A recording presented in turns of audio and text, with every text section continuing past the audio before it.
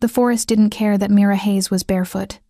It didn't care that her white dress, the one Marcus had picked out, the one with the collar that buttoned too high, was now torn at the hem and stained with mud.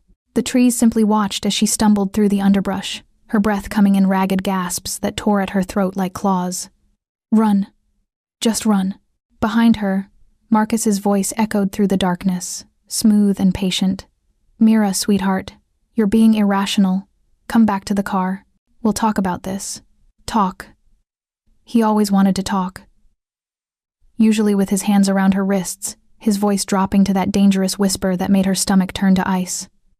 Not tonight. Tonight, when he'd pulled the car over on this abandoned mountain road, when she'd seen that look in his eyes.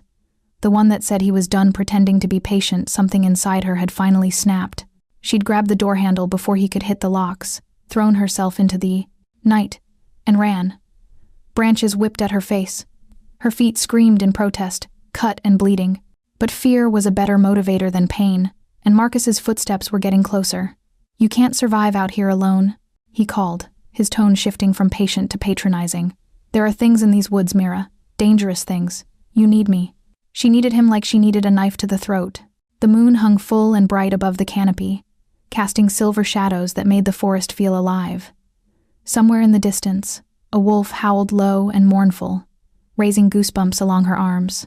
She'd heard the stories about these mountains, the warnings. But right now, she'd take her chances with wolves over the monster wearing Marcus's face. Her foot caught on a root, and she went down hard, palms slamming into the dirt. Pain shot through her ankle, sharp and immediate. When she tried to stand, her leg buckled. No, there you are. Marcus emerged from between the trees, his dress shirt still perfectly pressed, his jaw tight with barely controlled anger. In the moonlight, he looked almost handsome. That's what had fooled her in the beginning. The charm, the gifts, the way he'd made her feel seen after years of being invisible. She hadn't understood the price until it was too late. You made me chase you, he said softly, loosening his tie as he approached. Do you know how that makes me feel? After everything I've done for you? Mira scrambled backward, her injured ankle dragging uselessly. Stay away from me. Or what? He crouched down, reaching for her chin with fingers that had once felt gentle. Now they just felt like a cage. You'll scream? There's no one out here to hear you, sweetheart. That's why I chose this road. He'd chosen this, planned it. The realization made her stomach heave. His fingers closed around her jaw, forcing her to look at him. When we get home, we're going to have a long conversation about respect, about gratitude, about... The growl came from everywhere and nowhere at once. It started as a low rumble that Mira felt in her chest before she heard it. Marcus froze, his eyes darting to the darkness beyond the trees. The forest had gone silent. No crickets, no night birds. Even the wind seemed to be holding its breath. What the hell? Marcus started. The wolf stepped into the moonlight, and Mira's heart stopped. It was massive, larger than any wolf should be, with fur so dark it seemed to absorb the shadows around it. But it was the eyes that made her forget how to breathe amber and burning, with an intelligence that was distinctly, impossibly aware. Those eyes weren't looking at her. They were locked on Marcus. Jesus Christ. Marcus breathed, stumbling backward. His hand released her face as he reached for his pocket for the knife he always carried, the one he'd shown her once as a warning. Nice doggy. Easy. The wolf's lips pulled back, revealing teeth that gleamed like ivory daggers. The growl deepened, and this close, Mira could feel the vibration of it in her bones. Marcus pulled out the knife. I'll kill it. Stay behind me. For once, Mira didn't move, because something strange was happening. The wolf had positioned itself between her and Marcus, its massive body a wall of muscle and barely restrained violence. It wasn't threatening her. It was protecting her. Marcus, she whispered, her voice shaking. Don't. But Marcus had never been good at listening. He lunged forward with the knife, and the wolf moved like liquid darkness faster than anything that size should move. There was a flash of teeth, a sickening crunch, and Marcus's scream echoed through the trees. The knife clattered to the ground. Marcus clutched his arm, blood seeping between his fingers, his face twisted in shock and rage. You bitch, you sicked it on me. The wolf took a step forward, and Marcus finally found his survival instinct. He turned and ran, crashing through the woof, underbrush like a wounded animal, his curses fading into the distance. Then it was just Mira and the wolf. And the silence. She should run. Every rational part of her brain screamed at her to move. To follow Marcus back to the road. To put distance between herself and this creature. But her ankle throbbed. Her body was shaking with exhaustion and shock. And when those amber eyes turned to her, they were gentle. The wolf approached slowly, each step deliberate, giving her time to react. But Mira found she couldn't move, couldn't think. She just watched as it came close enough for her to see the silver markings in its dark fur, close enough for her to feel the heat radiating from its body. It lowered its massive head, and for one impossible moment, those intelligent eyes met hers with something that looked almost like recognition. Then it turned and melted back into the shadows, leaving her alone in the moonlight with nothing but questions and the feeling that her entire world had just shifted on its axis.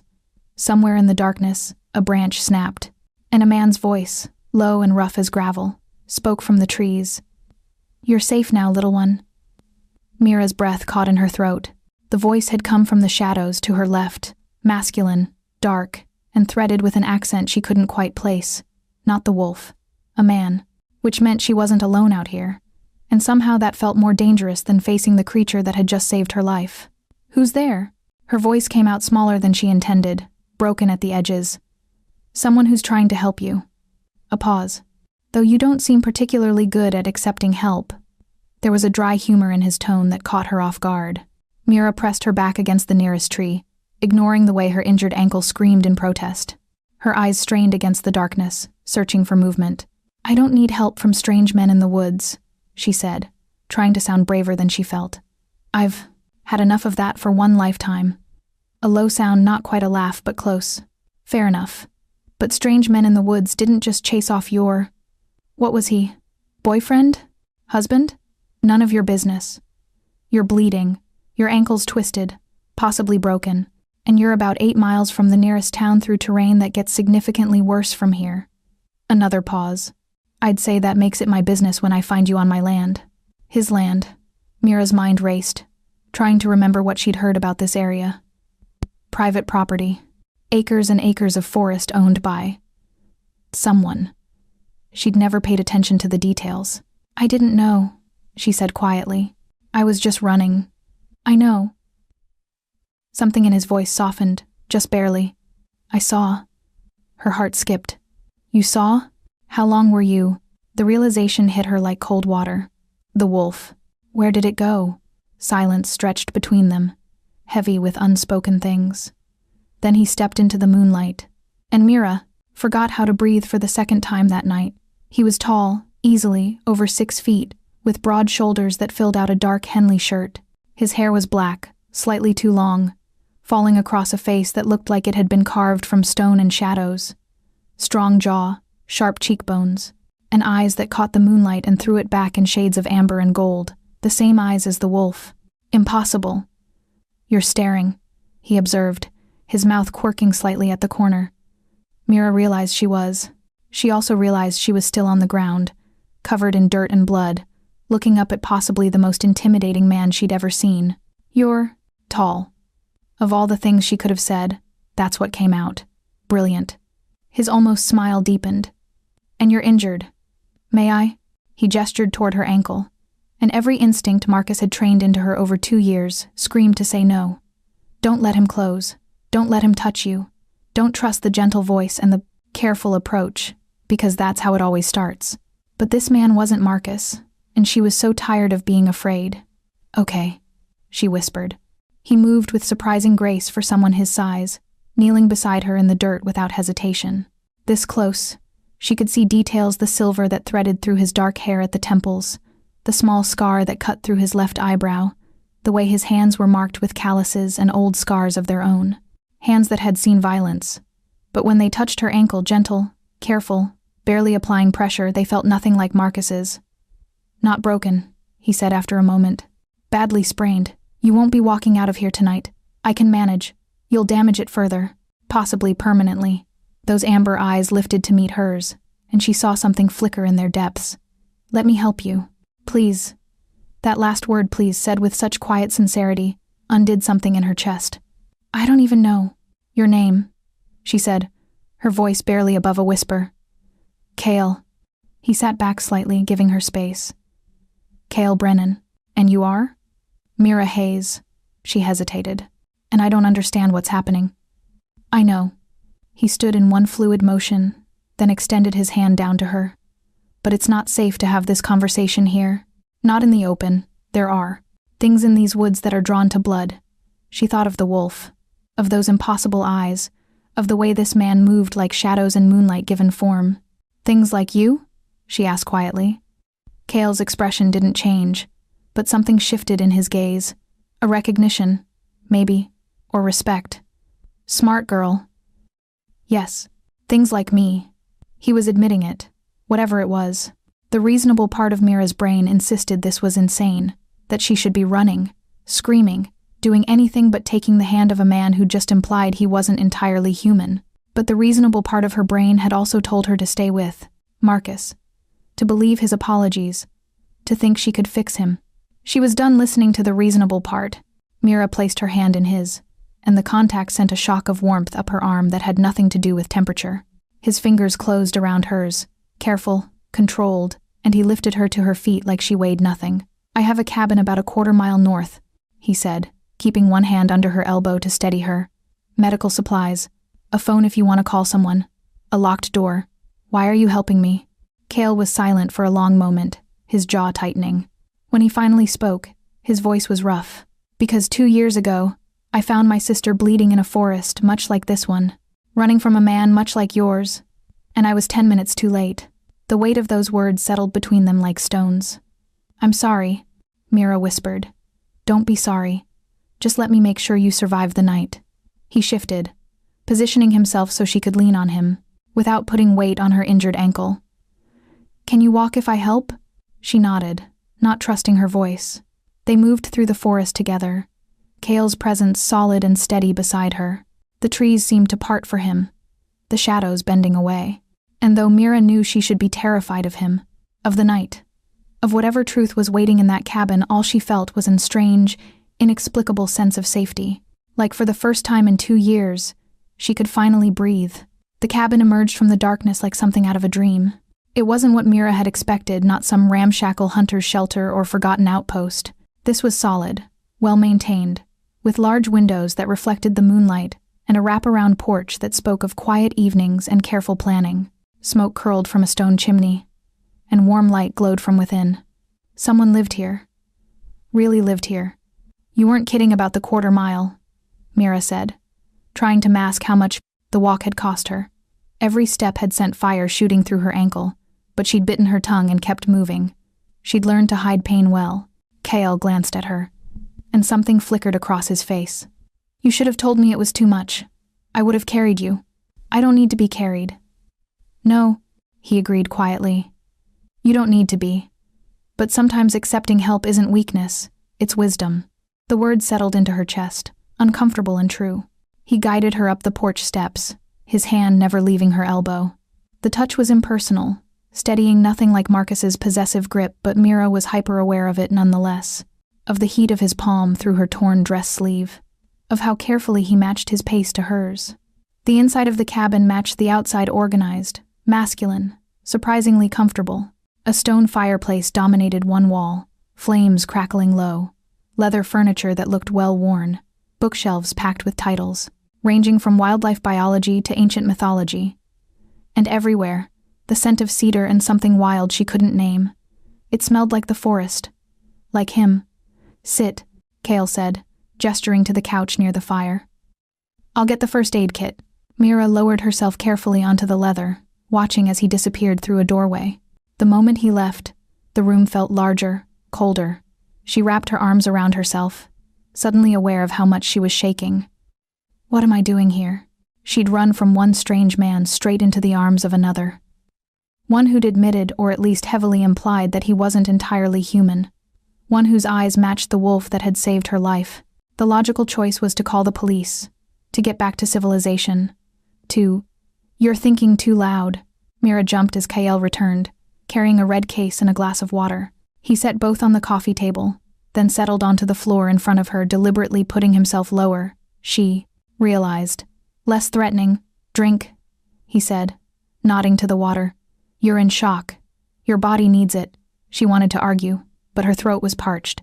The water was cold and clean, and she drank half the glass before setting it down with shaking hands. Cale opened the first aid kit with practiced efficiency. "May I look at your ankle?" His formality was almost jarring, like he was afraid one wrong word would send her running. Smart man. "Yes," she said softly.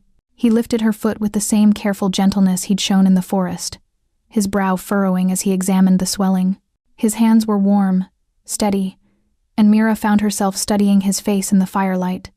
The sharp angles, the concentrated expression, the way his jaw tensed when he found a particularly bad bruise. "This is going to hurt," he warned before beginning to wrap the ankle in a compression bandage. "Tell me if it's too much."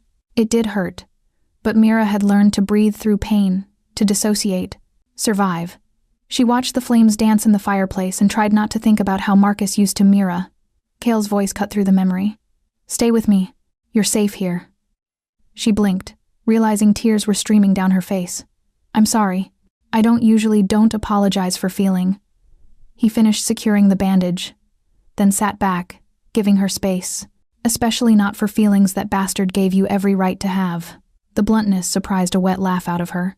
"You don't even know what he did." "I know enough." Cale's eyes met hers, amber burning in the firelight. "I know the way you flinched when I moved too fast. I know the way you apologize for things that aren't your fault. I know the way you braced yourself for impact when I touched your ankle, like you expected it to be punishment instead of help." Each word landed like a physical blow. Because he was right. He'd seen it all in the space of an hour, catalogued every learned response, every survival mechanism. "How?" she whispered. "Because I've seen it before." His voice went rough, distant. "My sister, Elena. She was with someone for 3 years before she finally ran. By then, she was so broken she didn't even recognize herself anymore. You said you were too late." "I was." Pain flashed across his face, raw and unguarded. "She made it to the forest. She called me. But her ex found her before I could get there. By the time I tracked her scent," he stopped, jaw clenching. "By the time I found her, she was already gone. Tracked her scent." The words hung between them, confirmation of what Mira had already suspected. "The wolf," she said quietly. "In the forest. That was you, wasn't it?" Cale didn't answer immediately. He stood, moving to the fireplace, his back to her. In the flickering light, his shadow seemed larger than it should be, almost predatory. "Yes," he finally said. "That was me." The admission should have terrified her, should have sent her scrambling for the door despite her injured ankle. But all Mira felt was a strange sense of relief, like finally knowing the monster's shape made it less frightening than the unknown. "What are you?" she asked. He turned, and in the firelight, his eyes gleamed gold. "Do you really want to know? Once I tell you, you can't unknow it. Can't go back to believing the world is safe and ordinary. The world was never safe." Mira's voice came out stronger than she expected. "And I stopped believing in ordinary the moment Marcus put his hands on me the first time and told me it was love." Something like approval flickered across Cale's face. He moved back to the couch, but this time he sat on it, still maintaining distance. But closer. Close enough that she could see the silver threading through his dark hair. Close enough to smell cedar and smoke and wildness. "I'm a shifter," he said simply. "Werewolf, if you prefer the old term. Born, not bitten. Part of a bloodline that's existed in these mountains for 300 years. That's impossible. So is a wolf the size of a small bear appearing exactly when you needed it most." His mouth quirked. "Yet here we are." Here they were indeed. Mira looked at this impossible man with his amber eyes and his careful hands and his grief for a sister he couldn't save. And she made a choice. "Tell me everything," she said. Kel studied her for a long moment, as if weighing how much truth she could handle. Then he leaned back, his gaze drifting to the fire. "My family, the Brennans, we've held these mountains for generations," he began, his voice taking on the cadence of an old story. "We're not the only pack in the region, but we're the oldest, the strongest. Or we were, before the fracturing." "Fracturing?" "A split. 15 years ago, my father died defending our territory from a rival pack. My older brother Dominic took over as alpha, but Dominic, he had different ideas about how shifters should exist in the modern world." Cale's jaw tightened. He wanted integration. Revelation. He thought humans would accept us if we just showed them we meant no harm. "And you disagreed?" I knew better. His eyes found hers again, dark with memory. Humans fear what they don't understand, and fear makes them dangerous. I argued for keeping the old ways, staying hidden, protecting our own, maintaining the boundaries between our world and theirs. Mira pulled the blanket Kale had draped over her shoulders tighter. What happened? Dominic called me a coward, said I was living in the past. We fought not just with words. He held up his left hand, and Mira saw the scars there. Silvery and raised. Silver burns us, scars us permanently.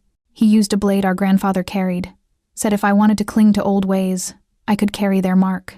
The casual cruelty of it made her stomach turn. Your own brother did that? Family doesn't always mean safety. You know that better than most. His voice softened. After that night, I left the main pack, built this place. I still patrol the territory. It's in my blood. I can't stop, but I stay separate, alone. Except for Elena. Pain flickered across his face. Except for Elena. She came to me after she left her ex the first time. Stayed here for 3 months. I thought she was healing, getting stronger. His hands clenched into fists. But he found her, convinced her he'd changed. She went back. They always say they've changed, Mira whispered, thinking of Marcus's tearful apologies, his promises, his gifts. The second time she ran, I told her to come straight here, to call me the moment she was in the woods. She did everything right. His voice cracked slightly, but he was faster than I expected, more vicious. By the time I reached her scent trail, by the time I shifted and tracked her through the trees, he stopped, his breathing uneven. Mira watched emotions war across his face, grief, rage, guilt that sat so heavy she could almost feel its weight. Without thinking, she reached out and placed her hand over his scarred one. Kael froze. His eyes dropped to where her small, pale hand rested on his marked skin. And something shifted in his expression, surprise. Maybe, or something deeper she couldn't name. I'm sorry, she said quietly. For your loss, for your pain, for all of it. You shouldn't be comforting me. His voice was rough. I'm the one who's supposed to be helping you. Maybe we can help each other. The words hung between them, fragile and honest. Kael turned his hand over slowly, carefully, until his palm pressed against hers. His hand was so much larger, scarred and calloused, but the way he held hers was achingly gentle. When I saw you in the forest, he said, his eyes locked on their joined hands. When I heard you running, smelled your fear, something in me just knew you were like her, knew that if I didn't reach you in time, I'd be finding another body, another woman who deserved better than the world gave her. But you did reach me. Barely. His thumb traced a small circle on her palm, probably unconsciously. If he'd had another 30 seconds with you alone, he didn't. Mira squeezed his hand, feeling the strength in it, the leashed power. You saved me. Whatever you are, whatever else is true, you saved my life. Kael looked up at her then, and the raw emotion in his amber eyes made her breath catch. I couldn't save her, but I could save you. Had to save you. Why? The question came out as barely a whisper. He was silent for a long moment, his eyes searching her face like he was trying to memorize every detail. I don't know, he finally admitted. But from the moment I caught your scent on the wind, fear and blood and something else, something like lavender and rain, my wolf knew you were important, knew you were mine to protect. Mine. The word should have set off alarms, should have reminded her of Marcus's possessiveness, his suffocating control. But when Kael said it, it felt different. Not ownership, something else entirely. Does that scare you? He asked, watching her carefully. It should, Mira said honestly. Everything about this should scare me. But I think my fear meter is broken. Or maybe... She paused, trying to put the feeling into words. Maybe I'm just tired of being afraid of the wrong things. Understanding flashed in his eyes. The monster in the nice suit. Exactly. She managed a small smile. At least you're honest about having teeth. That surprised a real laugh out of him, low and rusty, like he didn't use it often. The sound did something warm and unexpected to her chest. I like you, Mira Hayes, he said, a smile lingering at the corners of his mouth. You're either very brave or completely insane. Can't I be both? In my experience, the brave ones usually are. His smile faded slightly. You should rest. It's past midnight, and you've been through hell tonight. There's a guest room. Upstairs, clean sheets. Locked door if it makes you feel safer. Part of her wanted to protest, to prove she wasn't weak, wasn't broken, but exhaustion was pulling at her bones, and the ankle Cale had wrapped was throbbing in time with her heartbeat. "Will you be here?" she asked. "In the morning? I'm not going anywhere." He stood, helping her to her feet with that same careful gentleness. "You're under my protection now. That means something in my world. It means everything."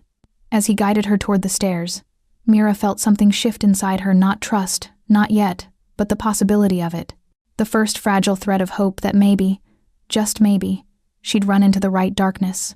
Mira woke to sunlight streaming through unfamiliar windows and the smell of coffee drifting up the stairs. For one disoriented moment, she didn't remember where she was. Then it all came rushing back: the forest, Marcus, the wolf with amber eyes, Cale's quiet confession in the firelight. She sat up, slowly, her body cataloging injuries. Bruised ribs, cuts on her feet, the dull throb of her wrapped ankle. But alive. She was alive. The guest room was simple but comfortable pine furniture, a thick quilt in shades of forest green, and windows that overlooked an expanse of wilderness that seemed to stretch forever. No neighbors, no roads, just trees and sky and the kind of isolation that would have terrified her yesterday. Today, it felt like freedom. Someone had left clothes folded on the dresser, soft flannel pants, and an oversized gray sweater. They were too big, clearly Cale's, but they were clean and warm. Mira changed carefully, her torn dress a reminder of everything she was leaving behind. She should call someone. Her sister, maybe, though they hadn't spoken in months. Or the police. Report Marcus for... what? He'd never hit her where it showed. Never left evidence. Just the slow, methodical breaking of her spirit that left no marks anyone could photograph. The thought of going back, of pressing charges, facing him in court, listening to his lawyer paint her as unstable made her stomach turn. Not today, she decided. Today, I just breathe. She found Cale on the back porch, coffee mug in hand, staring out at the forest. In daylight, he looked different, still imposing, still dangerous, but somehow more human. His dark hair was damp, like he'd showered, and he'd changed into jeans and a thermal shirt that emphasized the broad line of his shoulders. He turned when he heard the door, and something flickered in his eyes when he saw her wearing his clothes. "Morning. How's the ankle?" "Better." She hobbled to the railing, accepting the second mug of coffee he offered. "Still hurts, but better. It'll take a few days to heal properly. Longer if you push it too hard." He paused. "There's food inside when you're ready. Nothing fancy, eggs, toast. I wasn't expecting company. You don't have to take care of me." "I know." His voice was quiet. "But I'm going to anyway." They stood in comfortable silence, sipping coffee and watching the forest wake up. Birds called from the trees. Somewhere in the distance, a stream rushed over stones. It was peaceful in a way Mira had almost forgotten existed. "What happens now?" she finally asked. "I can't stay here forever." "Why not?" The question caught her off guard. "Because I have a life, an apartment, a job." Even as she said it, the words felt hollow. What life? The one where Marcus had a key to her apartment? Where he'd convinced her to quit her marketing job because it took too much of her time away from them? Where her friends had slowly disappeared because he always found reasons they couldn't be trusted? "Do you want to go back to that?" Cale asked, his eyes too knowing. "No." The admission came easier than it should have. "But I can't just hide in the woods forever." "You're not hiding. You're healing. There's a difference." He set down his mug, leaning against the porch railing. "Stay. A few days. Let your ankle mend. Let yourself breathe without looking over your shoulder. Then we'll figure out the next step." "We? You think I'm letting you walk back into his reach alone?" Something fierce entered Cale's voice. "He knows you ran. He'll be looking, and men like him don't let go easily." Mira's hands tightened around her mug. "You don't owe me anything." "This isn't about owing." Cale moved closer, not crowding her but near enough that she could feel the warmth radiating from him. "Mira, I failed my sister. I live with that every day. But you're alive. You're here. And I'm not failing again. I'm not her. I know." His voice softened. "But you deserve the same thing she did. Safety. Time. A chance to remember who you were before someone tried to break you." The words hit too close to home. Mira blinked back sudden tears, staring determinedly at her coffee. I don't even know who that person is anymore. Then maybe it's time to find out. Before she could respond, Kale's head suddenly snapped toward the tree line, his entire body going tense. The shift was dramatic, one moment relaxed, the next coiled like a spring, every sense focused on something Mira couldn't detect. "What is it?" she whispered. "Someone's coming." His eyes had taken on that amber glow she recognized from the night before. "Stay behind me." Her heart hammered as Kale moved to the porch steps, placing himself between her and whatever approached. Seconds later, she heard its footsteps crunching through underbrush, getting closer. A woman emerged from the trees. She was striking tall and lean with silver blonde hair pulled back in a severe braid. She wore tactical clothing and moved with a predator's grace, but it was her eyes that made Mira's breath catch. They were the same impossible amber as Kale's. Another shifter. "Kale." The woman's voice was cool, assessing. "We need to talk. Sienna." Kale's tone was carefully neutral. "I'm not Pack anymore. Whatever. Dominic wants. This isn't about Dominic." Sienna's gaze shifted to Mira, and something flickered across her face. Recognition? Surprise? Though it might be, once he finds out about her. "She's under my protection. I can see that." Sienna's mouth curved in something that wasn't quite a smile. "The whole territory can probably smell your claim on her by now." "Very subtle, Kale." "Claim?" Mira looked between them, confused and increasingly uneasy. Kale's jaw tightened. "State your business or leave." "There's been a breach at the eastern border. Something killed 3 deer, drained them completely of blood, and left the carcasses arranged in a pattern." Sienna's expression darkened. "This wasn't a shifter kill. This was something else. Something old. That's not my problem anymore. It is when the trail leads here. Straight to your territory." Sienna's eyes found Mira again, and this time there was definite concern in them. "Whatever's out there, Kale, it's hunting. And it's coming this way." The temperature seemed to drop 10 degrees. Kale's hands clenched into fists at his sides, and when he spoke, his voice carried the weight of barely controlled fury. "How long do we have?" "Maybe a day. Maybe less." Sienna hesitated. "Dominic wants to call a pack meeting. All shifters in the territory, including you. He thinks it might be, don't say it, a revenant." The word hung in the air like a death sentence. Mira didn't know what it meant, but judging by the way Kyle's face went pale, it was nothing good. "Impossible," he said.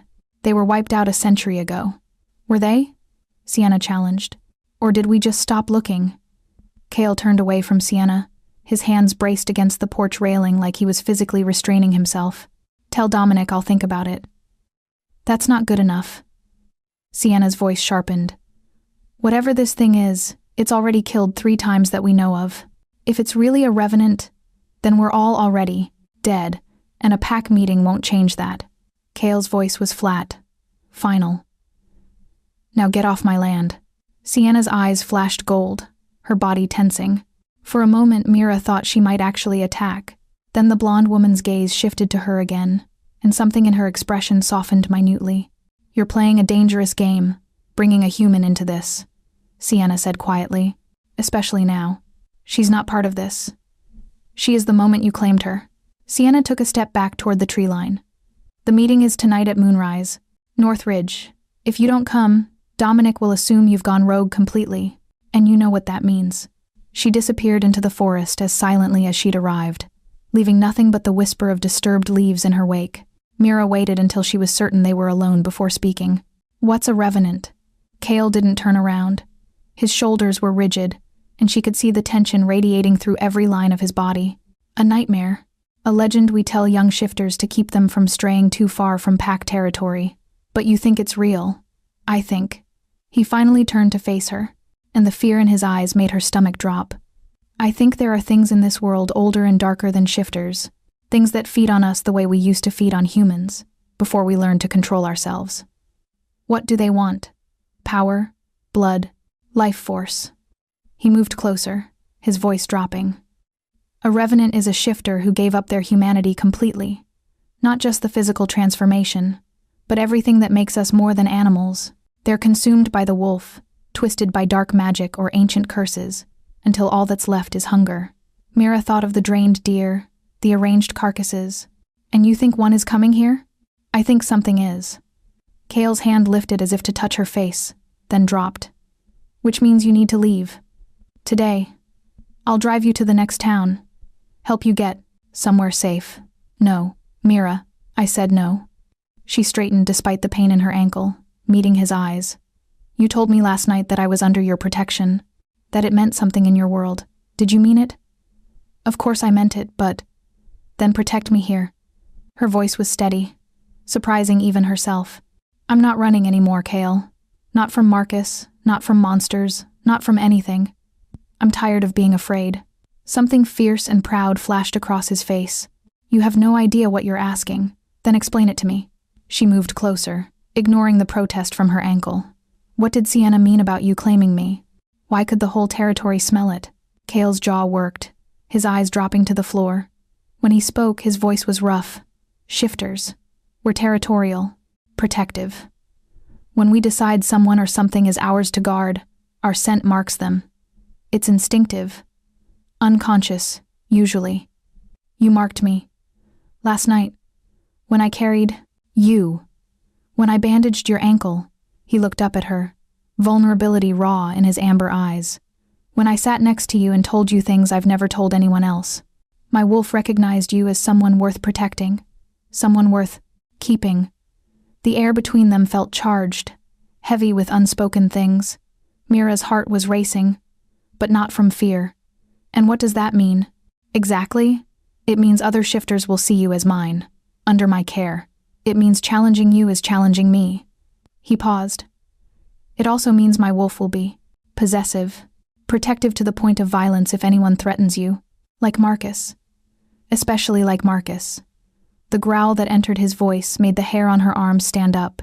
If he comes near you again, my wolf won't settle for just scaring him off. Mira should be disturbed by that.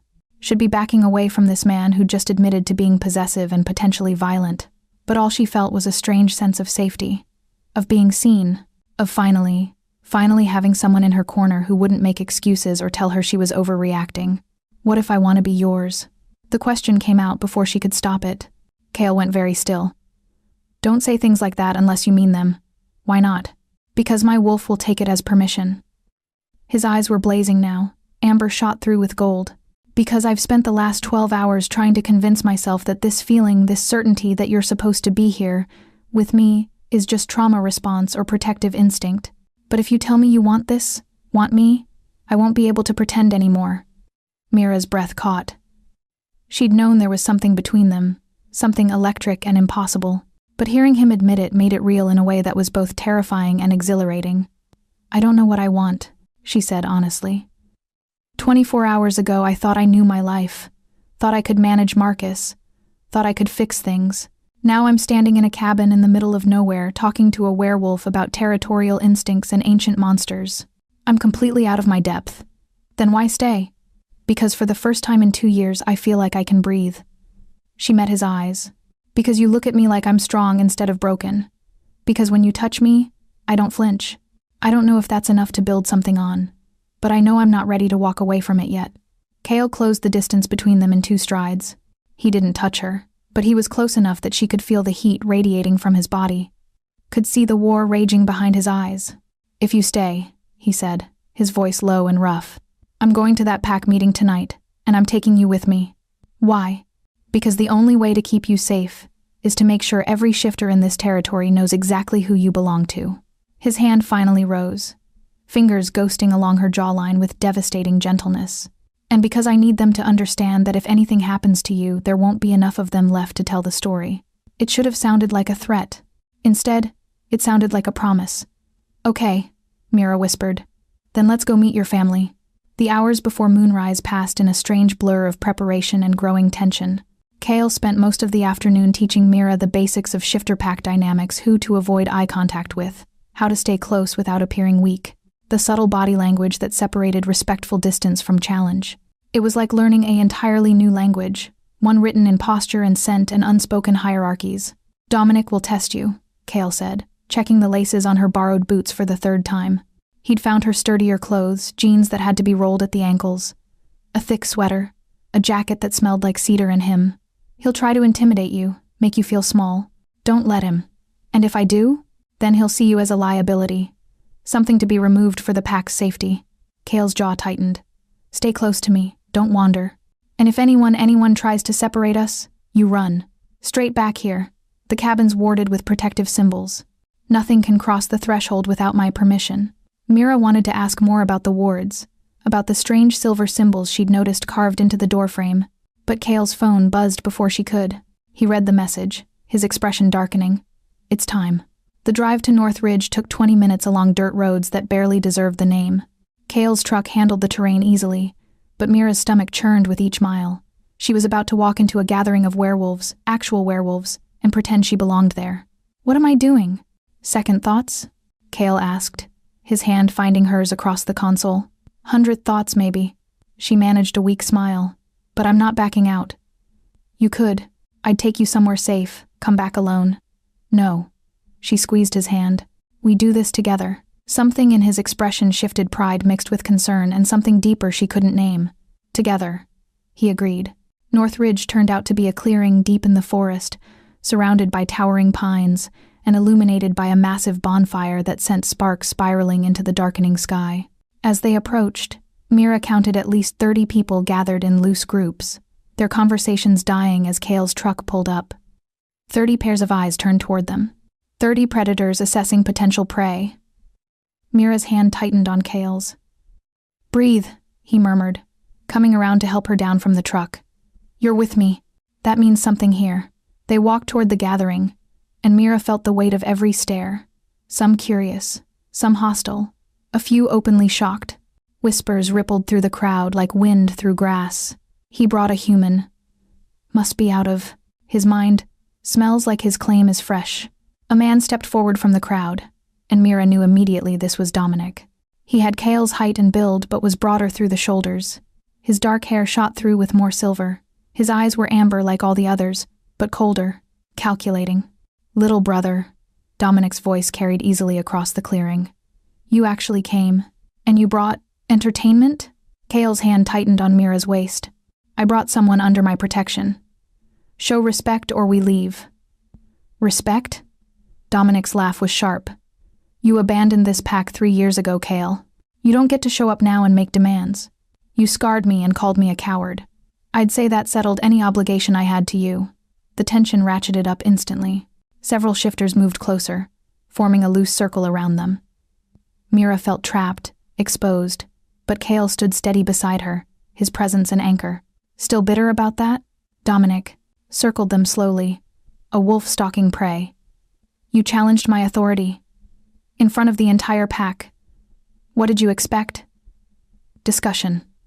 Compromise, not a silver blade. Maybe if you'd been stronger, you could have stopped me. Dominic's eyes cut to Mira, dismissive and cruel. But you always were soft. First Elena, now this fragile little thing. Tell me, brother, do you collect broken humans to make yourself feel powerful? Kyle moved so fast Mira didn't see it. One moment he was beside her, the next he had Dominic by the throat. Lifted off the ground, his eyes blazing pure gold. Say her name again, Kale growled, and the sound wasn't entirely human. I dare you. The clearing erupted. Shifters surged forward, some trying to pull Kyle back, others forming a protective wall around Dominic. Sienna appeared at Mira's side, pulling her out of the chaos. Stay here, the blonde woman commanded. Don't move. Mira watched helplessly as Kale and Dominic faced off, both of them trembling, with barely controlled rage. Around them, the other shifters were shouting, choosing sides, the careful hierarchy dissolving into potential violence. Then a new voice cut through the chaos, ancient and commanding. Enough. Everyone froze. An old woman stepped into the firelight, leaning on a gnarled walking stick. She was tiny, barely 5 feet tall, but the power radiating from her made Mira's skin prickle. Her hair was white as moonlight, her eyes a pale amber that seemed to see everything. Elder Mora, Dominic said, immediately stepping back from Kale. Around the clearing, every shifter lowered their heads in respect. The old woman's gaze swept the gathering before landing on Mira. So, the human who has captured the heart of a lone wolf. Come here, child. Mira's legs felt like water, but she forced herself to walk forward. Kale moved to intercept, but Elder Mora raised one hand and he stopped, trembling with the effort. Let me see you. Eyes were kind, despite their otherworldly quality. She reached up with one weathered hand and touched Mira's cheek. And suddenly Mira felt like every secret, every fear, every hope was being laid bare. Interesting, Mora murmured. Very interesting indeed. What is? Mira managed. You've been marked by more than just Kale's protection. The elder's thumb traced a line down Mira's jaw. There's old magic on you, child. Ancient magic. The kind that draws darkness like moths to flame. Mira's blood went cold. I don't understand. The Revenant. Mora's expression grew grave. It's not hunting randomly. It's hunting you. The clearing erupted in shocked whispers. Kale was at Mira's side in an instant, pulling her close. That's impossible, he said. She's never been in these woods before last night. Hasn't she? Mora's pale eyes gleamed. Tell me, child. Your mother. What was her name? Sarah. Sarah Hayes. Why does that? Mira stopped, a distant memory surfacing. Her mother's stories.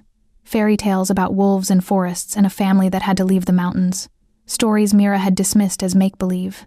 Oh gods, she whispered. My mother grew up near here. She left when she was 18. She never said why. Elder Mora nodded slowly. Because she fell in love with a human. Because she chose your father over her pack. Over her birthright. The world tilted sideways. What are you saying? Mira demanded. I'm saying, child, that you're not entirely human. Mora's smile was sad, and the Revenant knows it. The silence in the clearing was absolute. Mira felt like the ground had disappeared beneath her feet. Not entirely human. The words echoed in her mind. Impossible and yet somehow explaining everything the way she'd always felt different. The dreams of running through forests on 4 legs. The inexplicable pull she'd felt toward these mountains even before Marcus had driven her here. No, she said, her voice shaking. That's not possible. I've never shifted. Never felt anything like, because your mother suppressed it. Elder Mora's expression was gentle but firm. She knew what it would mean if you manifested. The pack would have claimed you, trained you. She wanted you to have a choice she never did. Kale's arm tightened around her waist. How do you know this? Because I helped her leave. Mora turned to address the gathered shifters. Sarah Winters, as she was known then, came to me 26 years ago. She was in love with a human man, pregnant with his child. She begged me for a way to ensure her daughter would never have to choose between 2 worlds. You gave her a suppression charm, Sienna said, understanding dawning in her eyes. To bind the wolf. A temporary measure. One that would hold until the child's 25th birthday. Mora's gaze returned to Mira. How old are you, child? 25. The answer came out as a whisper. I turned 25 3 months ago. The murmurs that rippled through the crowd were a mixture of fascination and fear. Dominic stepped forward, his expression calculating. If what you're saying is true, she's experiencing her first awakening. Untrained, unstable. His eyes narrowed on Mira. She's a danger to herself and everyone around her. She's under my protection, Kale growled. Your protection means nothing here. Dominic's voice took on the weight of command. As Alpha, I have the authority to decide her fate, and I say she needs to be contained until we can assess. You're not taking her anywhere. The challenge in Kale's voice was unmistakable. Around the clearing, shifters tensed, sensing what was coming. Mira felt Kale's body begin to tremble, felt the heat building beneath his skin. Don't do this, she whispered urgently. Please, Kale. If he tries to take you, I'll tear him apart. Kale's eyes were pure gold now, his pupils elongated. Brother or not, Elder Mora struck her walking stick against the ground, the sharp crack echoing like thunder. There will be no violence tonight. Dominic, stand down. Kale, control yourself. He can't control himself, Dominic said with cruel satisfaction. Because she's not just under his protection, is she? She's his mate. I can smell it on both of them, the bond forming, the recognition. My soft-hearted brother has found his fated match in a dormant shifter who doesn't even know what she is. Mate. The word sent a shock through Mira's system. She looked up at Kale, saw the truth written in his anguished expression. You knew, she said.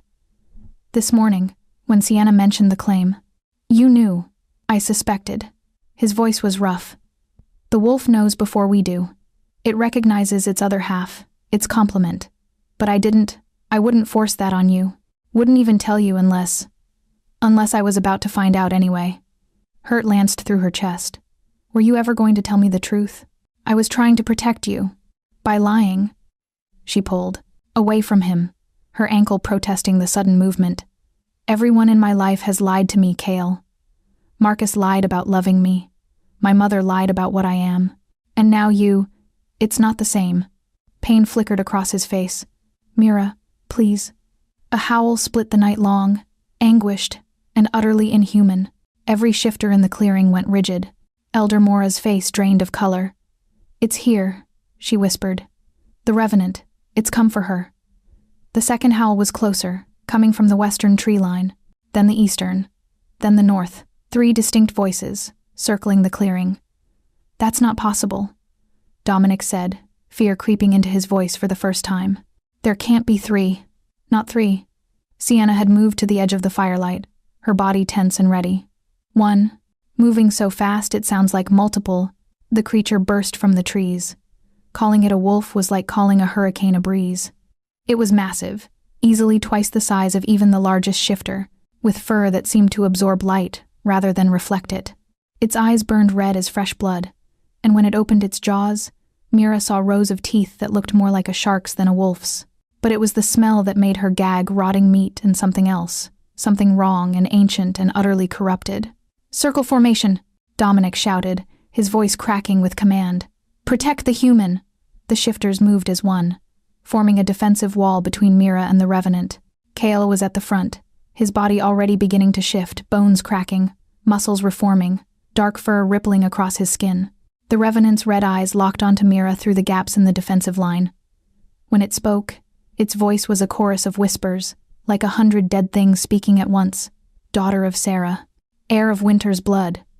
You smell of power unawakened, of potential unrealized. Its tongue too long, too black licked across its teeth. Give yourself to me. Let me taste what your mother denied us. Stay behind me, Cale snarled, his transformation nearly complete. Don't look at it. Don't listen. But Mira couldn't look away, because something inside her was responding to the Revenant's call. Something that had been sleeping her entire life was stirring, unfurling, reaching toward the surface with painful intensity. Her skin felt too tight. Her bones ached. And beneath it all, she felt something primal and powerful, clawing its way up from the depths of her being. Mora, she gasped, falling to her knees. Something's wrong. I feel... Your wolf is awakening. The elder was beside her instantly, hands on her shoulders. The Revenant's presence, the stress it's triggering your first shift. I don't know how. Your body knows. Trust it. Pain exploded through Mira's limbs.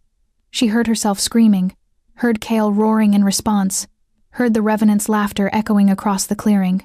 Yes, it hissed. Show me what you are, little one.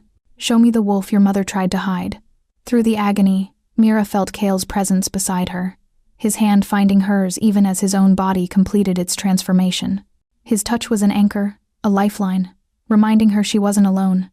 I've got you, his voice rumbled, barely recognizable but unmistakably his. Whatever happens, I've got you.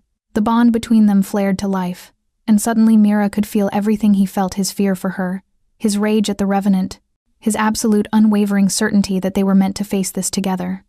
And beneath it all, a truth that shook her to her core. He loved her, completely, impossibly, despite everything. The realization gave her something to hold on to as the change took her. The transformation was nothing like Mira had imagined. It wasn't graceful or mystical.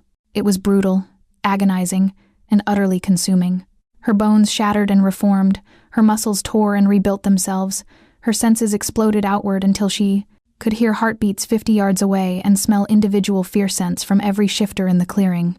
But through it all, she felt Cale's hand, now a massive paw pressed against hers. Felt his strength flowing through the mate bond, steadying her, showing her wordlessly how to surrender to the change instead of fighting it. Let go. His presence seemed to whisper in her mind. Trust the wolf. Trust me. And she did. The pain crested one final time, then broke like a wave. Mira gasped, except it came out as a sharp exhale of breath. And when she looked down, she saw white paws where her hands should be. White, pure as fresh snow, unmarked except for silver patterns that swirled across her legs like frost on a window. She was beautiful.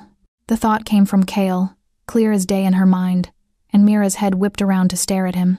He was magnificent in wolf form, massive and dark, with those amber eyes now blazing like captured sunlight. When he looked at her, she felt his awe, his pride, his fierce protectiveness like a physical thing. "Can you hear me?" She tried to think at him. Every word. His mental voice was rough, intimate, wrapping around her consciousness like warm smoke. The mate bond allows it. "How do you feel?" Powerful. And it was true. Despite the trauma of the shift, despite everything, Mira felt more alive than she ever had. Every sense was heightened, every movement fluid and natural. This was what had been missing her entire life. "Is this what you feel all the time?" "Welcome home, little wolf." The Revenant's snarl shattered their moment. It had been watching the transformation with those burning red eyes, and now it circled the defensive line of shifters, searching for weakness. The pack held formation, but Mira could smell their fear, could hear the racing of their hearts. "Impressive," the Revenant hissed, its multi-layered voice scraping across Mira's heightened senses. "A white wolf. How rare. How delicious." "Stay in formation," Dominic's commanding voice echoed in her mind. Apparently the Alpha could communicate with all his pack. "It's trying to separate us, isolate the weakest." The Revenant struck. It moved like black lightning, crashing through the defensive line and scattering shifters like bowling pins. Sienna yelped as she was thrown aside. Two males tried to bring it down, but it shook them off with contemptuous ease, and then it was charging straight at Mira. Kael intercepted it mid-leap, the two massive wolves colliding with bone-jarring force. They rolled across the clearing in a blur of dark fur and flashing teeth, snarls echoing off the trees. "Run!" Kael's voice was desperate in her mind even as he fought. "Get to the cabin, the wards, I'm not leaving you." "Mira, please." The Revenant's claws raked across Kael's shoulder, drawing blood that looked black in the firelight. Mira felt his pain through the bond, felt it like her own flesh tearing, and something inside her snapped. She'd spent 2 years running from Marcus, 2 years being afraid, being small, being the victim. But she wasn't that person anymore, wasn't human anymore. She was a wolf, and wolves protected their mates. Mira launched herself at the Revenant with a snarl that surprised even her. She had no training, no technique, just instinct and rage, and the absolute certainty that nothing would hurt Kael while she still had breath in her body. Her teeth found the Revenant's flank, tearing through corrupted flesh. The creature shrieked, a sound like metal scraping bone, and whirled to face her. Up close, she could see that its red eyes were actually hollow, empty sockets filled with writhing shadows. "Foolish pup," it hissed. "You know nothing of what you are." It lunged, jaws wide, but Kael was there bleeding and limping but furious. He hit the Revenant from the side, driving it away from Mira, his mental voice roaring across the bond. "Together! Hit it together!" And suddenly the rest of the pack was there, too. Dominic and Sienna flanking them, a dozen other wolves converging from all sides. The Revenant was powerful, but it couldn't fight an entire pack working in coordination. Elder Mora's voice rang out, strong despite her aged body. She was chanting in a language Mira didn't recognize, her walking stick glowing with silver light. "The binding won't hold long," the elder shouted. "Someone needs to strike the killing blow, pierce its heart with silver." "I don't have silver," Dominic snarled mentally. "I do." Kael's thought was grim. He shifted partially, one hand becoming human again, reaching for something at his neck. A chain, a pendant that glinted silver in the firelight. The same silver that had scarred his hand, the blade his grandfather had carried. "No," Mira thought desperately. "It'll burn you, I know." His amber eyes met hers, and she felt his resolve through the bond.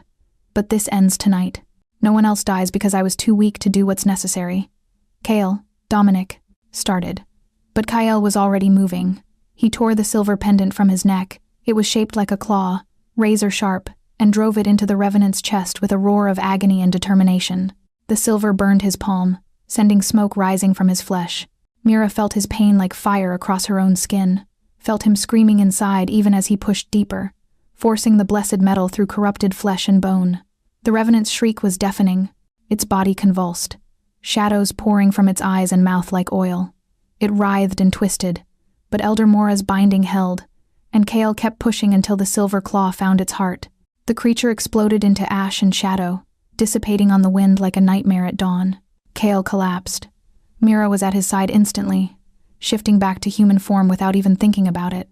His hand was a ruin of burned flesh, still smoking where the silver had touched. But he was alive.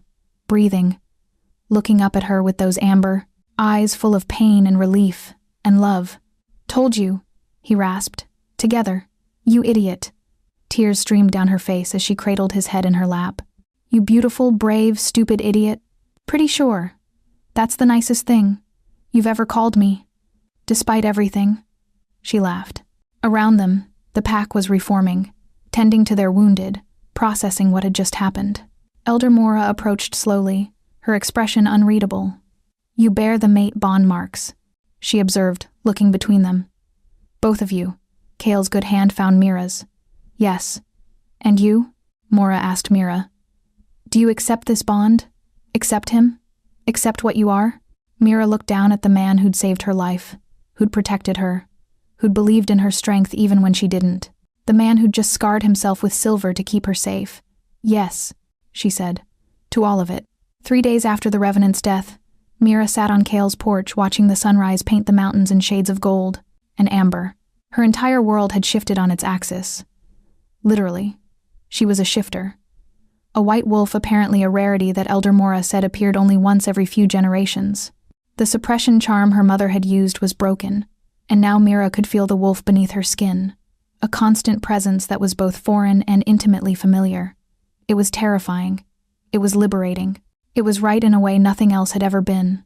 The cabin door opened behind her, and Kale emerged with 2 steaming mugs of coffee. His left hand was still heavily bandaged, the silver burns healing slower than his other injuries. It would scar, he'd told her that with resignation, but he'd refused to express regret. "Worth it," he'd said simply when she'd apologized for the 100th time. He settled beside her now, close enough that their shoulders touched. The mate bond hummed between them, a golden thread of connection that let her feel his contentment, his peace, the deep satisfaction of having her near. "How's the hand?" she asked, accepting the coffee. "Itches. Which means it's healing." He flexed his fingers carefully. "Mora says another week, and I'll have full mobility back." They sat in comfortable silence, sipping coffee and watching the forest wake. It was a routine they'd fallen into over the past 3 days, quiet mornings, before the chaos of pack politics and training sessions consumed their time. Because that was the new reality. Dominic had offered Mira a place in the pack, and after much discussion, she'd accepted. But she'd made it clear she was choosing this on her own terms, not because of obligation or desperation. "Penny for your thoughts?" Kale asked, his amber eyes studying her face. "I was thinking about Marcus." Mira wrapped her hands around the warm mug. "About how I used to wake up every morning feeling trapped, like the walls were closing in. And now I wake up and feel like I can breathe, like I'm exactly where I'm supposed to be." She turned to look at him. "Is that the mate bond talking, or is it really me?" Kale was quiet for a moment, considering. The bond enhances what's already there. It doesn't create feelings out of nothing, it amplifies truth. What you feel for me, what I feel for you, it was there before you shifted, before we even knew what we were to each other. "How do you know?" "Because I wanted you safe before my wolf recognized you as mine. Because you trusted me when you had every reason not to. Because when you look at me, I don't see fear or obligation." His voice dropped, intimate and raw. "I see choice, Mira. You choosing me. That's not the bond. That's you." Her throat tightened with emotion. "I do choose you, even if it's crazy. Even if I've only known you 4 days. 4 days that feel like forever. Yes." She set down her coffee and turned to face him fully. "But I need you to understand something. I'm not healed yet. Marcus might be gone, but the damage he did, the way he made me doubt myself, made me small, that doesn't just disappear. I know. I'm going to have bad days, days where I flinch at shadows, days where I'm angry at everyone, including you, days where I don't feel strong enough to be your mate or anyone's wolf." She held his gaze. "Can you handle that?" Kale reached out with his good hand, cupping her face with devastating gentleness. "Mira, I'm not looking for perfection. I'm not looking for someone who has it all together. I'm looking at someone who survived hell and came out fighting. Someone who faced down a revenant in her first shift because she refused to let me face it alone. That was stupid. That was brave. That was you." His thumb traced her cheekbone. "Whatever healing you need to do, however long it takes, I'm here. Not because the bond obligates me to be, because I want to be, because you're worth waiting for." Tears pricked her eyes. "How do you always know what to say?" Years of practice being terrible at it. His mouth quirked in that almost smile she'd come to love. Ask Sienna. She'll tell you I have the emotional intelligence of a rock. Mira laughed despite her tears. She said that? Verbatim. Multiple times. Well, you've improved. I had good motivation. He leaned forward, his forehead touching hers. Can I kiss you? I've wanted to since that first night, but I was trying to be patient, respectful. Not rush you into. Mira closed the distance between them.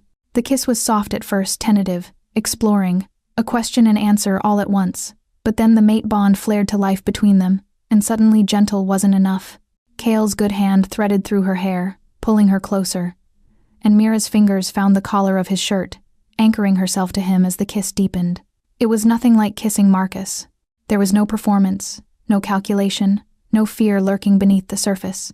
This was honest and real and wanted on both sides. When they finally broke apart, both breathing hard, Cale rested his forehead against hers again. I love you, he said, voice rough. I know it's too soon. I know you might not be ready to say it back, but I need you to know, I love you too. The words came easier than she expected. It's crazy, and fast and probably ill-advised, but I do. I love you, Cale Brennan. His smile was radiant, transforming his usually serious face into something beautiful and boyish, and completely unguarded. Yeah? Yeah. She kissed him again, quick and sweet, though I reserve the right to be terrified about it. Fair enough. He pulled her into his side, and she settled against him with a contentment that felt like coming home. What do you want to do today? Today? Mira considered. Today I want to call my mother and have a very long conversation about family history and suppression charms, and why she thought lying was a better option than trust. Cale winced. That's going to be intense. Probably, but it needs to happen. She looked up at him. And then I want to train. Sienna said she'd teach me proper fighting technique since my revenant battle strategy was, quote, enthusiastic but suicidal. She's not wrong. And tonight. Mira hesitated, then pushed forward. Tonight I want to start figuring out what comes next. The practical things, like where I'm going to live, and whether I need to officially break my lease, and if there's any way to handle the Marcus situation legally without exposing the pack. We'll figure it out together, Cale promised. All of it, one step at a time. Together, Mira echoed, liking the sound of it more each time she said it. A howl echoed from the forest, Sienna, probably, signaling it was time for morning patrol. Cale sighed but stood, offering Mira his good hand. Duty calls. Then let's answer. She took his hand, letting him pull her to her feet. After all, I'm pack now. Might as well start acting like it. As they walked toward the tree line together, Mira felt the future opening before her, uncertain, challenging, but full of possibility. She was a wolf, a mate, a survivor becoming a warrior, and for the first time in her life, she was exactly who she was meant to be. 2 months later, autumn had painted the mountains in fire. Mira stood at the edge of the training grounds, watching younger pack members spar under Sienna's watchful eye. She'd come so far since that terrifying first shift. Her transformations were smoother now, faster, and she'd learned to embrace the wolf instead of fighting it. But some lessons were harder than others. You're holding back again, Sienna called out, pausing the session. I can see it in your stance. You're afraid of hurting someone. Because I might actually hurt someone, Mira protested. I'm still learning control. Control doesn't mean weakness. It means choosing when and how to use your strength. Sienna crossed her arms. You faced down a revenant with pure instinct. Now I need you to trust. You're training the same way. Mira glanced toward the tree line where Cale was meeting with Dominic and the other senior pack members. Even from here, she could feel him through the bond, his presence, a steady warmth at the back of her mind. In the past 2 months, that connection had only deepened, becoming as natural as breathing. Again, Sienna commanded, snapping her back to attention. And this time, commit to the strike. They circled each other, and Mira felt the familiar rush as her wolf rose to the surface. Not a full shift, just enough to sharpen her senses, to lend her supernatural strength and speed. She feinted left, then struck right, her blow connecting with Sienna's raised forearm with satisfying force. Better. Sienna grinned, her eyes flashing amber. Now don't stop. Keep the pressure. They moved through a rapid exchange, and Mira felt herself falling into the rhythm of it. Strike, block, pivot, counter. Her body knew what to do even when her mind tried to count. Overthink. This was what Kale had meant when he said to trust the wolf. The session ended with both of them breathing hard but satisfied. As the younger pack members dispersed, Sienna threw an arm around Mira's shoulders. "You've come a long way, White Wolf. I'm impressed. High praise from someone who called my first attempt enthusiastic but suicidal. Well, you've upgraded to competent with occasional moments of recklessness. That's progress." Sienna's expression grew more serious. "How are you really doing? With everything?" Mira knew what she meant. The Marcus situation had been resolved a month ago, restraining order filed, her belongings retrieved with pack escort, legal paperwork ensuring he'd face consequences if he came near her again. He'd tried once, showing up at her old apartment building. The landlord had called the police, but Kale had gotten there first. Mira didn't know exactly what had been said during that encounter. Kyle refused to give details, and Marcus had left town 3 days later, permanently. "I'm okay," Mira said honestly. "Some days are harder than others. I still have nightmares sometimes, but they're getting less frequent." "And Kale? How's the mated life treating you?" A smile tugged at Mira's lips despite herself. "It's good. Really good. Though living together happened faster than I expected. Mate bonds tend to accelerate things." Sienna's tone was knowing. "But you seem happy, genuinely happy." "I am." And it was true. She'd moved into Kale's cabin 6 weeks ago, and despite initial fears about moving too fast, it had felt right. Natural, like pieces of a puzzle finally clicking into place. The meeting broke up, and Kale emerged from the trees, his eyes immediately finding hers across the clearing. Even after 2 months, that look, the one that said she was the most important thing in his world, still made her heart skip. He crossed to her in long strides, and Mira didn't hesitate before rising on her toes to kiss. Some of the younger pack members made exaggerated gagging noises, but Kale just smiled against her mouth. "How was training?" he asked when they separated. "Sienna only insulted me twice. That's a new record." "I heard that," Sienna called over her shoulder as she walked away. "And they were constructive criticisms." Kale chuckled, then his expression grew more serious.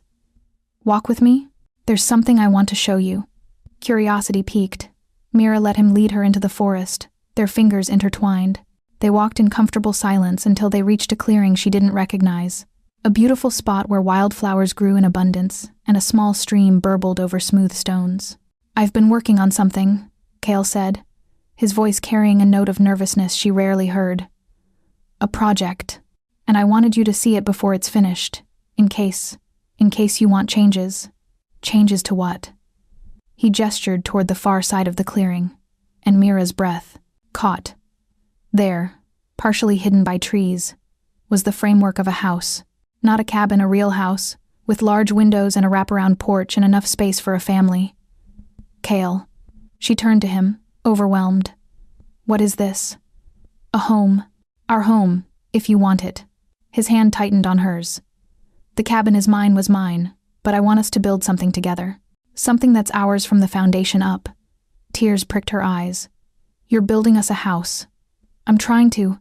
Dominic's been helping, and half the pack has offered construction expertise." He rubbed the back of his neck with his free hand, suddenly bashful. "I know it's presumptuous. We've only been together 2 months, and maybe you're not ready for this kind of commitment." Mira kissed him, pouring every ounce of love and gratitude and hope into it. When she pulled back, his eyes were wide with surprise and relief. "It's perfect," she said. "You're perfect. And yes, I want this. I want us. I want a future that we build together." The smile that broke across his face was brilliant. "Yeah? Yeah." She turned back to the house frame, imagining what it would become. "Can we have a library? And a big kitchen? I've been wanting to learn to cook, and the cabin's kitchen is barely big enough for anything you want." Kale wrapped his arms around her from behind, resting his chin on top of her head. "We'll make it exactly what you need." They stood like that for a long moment, watching the sun filter through the trees and paint everything golden. Through the bond, Mira felt Kale's contentment, his love, his absolute certainty that this them was forever. "I talked to my mother yesterday," Mira said quietly. "Really talked, for the first time since I found out about everything." "How did it go?" "Hard," she cried. I cried. We're both still processing. Mira leaned back into his warmth. But she wants to visit. To meet you. To see who I've become. I'd like that. Cale's voice was soft. Family is important, even when it's complicated. She asked if I was happy. Mira turned in his arms to face him. I told her I've never been happier in my life. That I found where I belong. Found who I belong with. Cale's hand came up to cup her face, his thumb tracing her cheekbone with familiar tenderness. I love you, Mira Hayes. My mate. My partner. My home. I love you too, Cale Brennan. My protector. My equal. My everything. As they kissed in the clearing that would someday hold their home, Mira felt the last pieces of her broken past falling away. She wasn't running anymore. Wasn't hiding. Wasn't afraid. She was a wolf. She was loved. She was free. And somewhere deep in the forest, a white wolf howled in pure joy, the sound echoing off the mountains like a promise of all the tomorrows yet to come. 6 months later, the house was finished. Mira stood in the kitchen, their kitchen, watching through the window as Cale played with 3 pack pups in the yard. His laughter, carried on the wind. And through the bond, she felt his happiness like sunshine. Life wasn't perfect. She still had days where the shadows of her past crept in. Still went to therapy. Still worked on trusting herself as much as she trusted Cale. But she was healing, growing, becoming. And when Cale looked up and caught her watching, when his whole face lit up with that smile reserved only for her, Mira knew with absolute certainty. She'd run into the right darkness after all.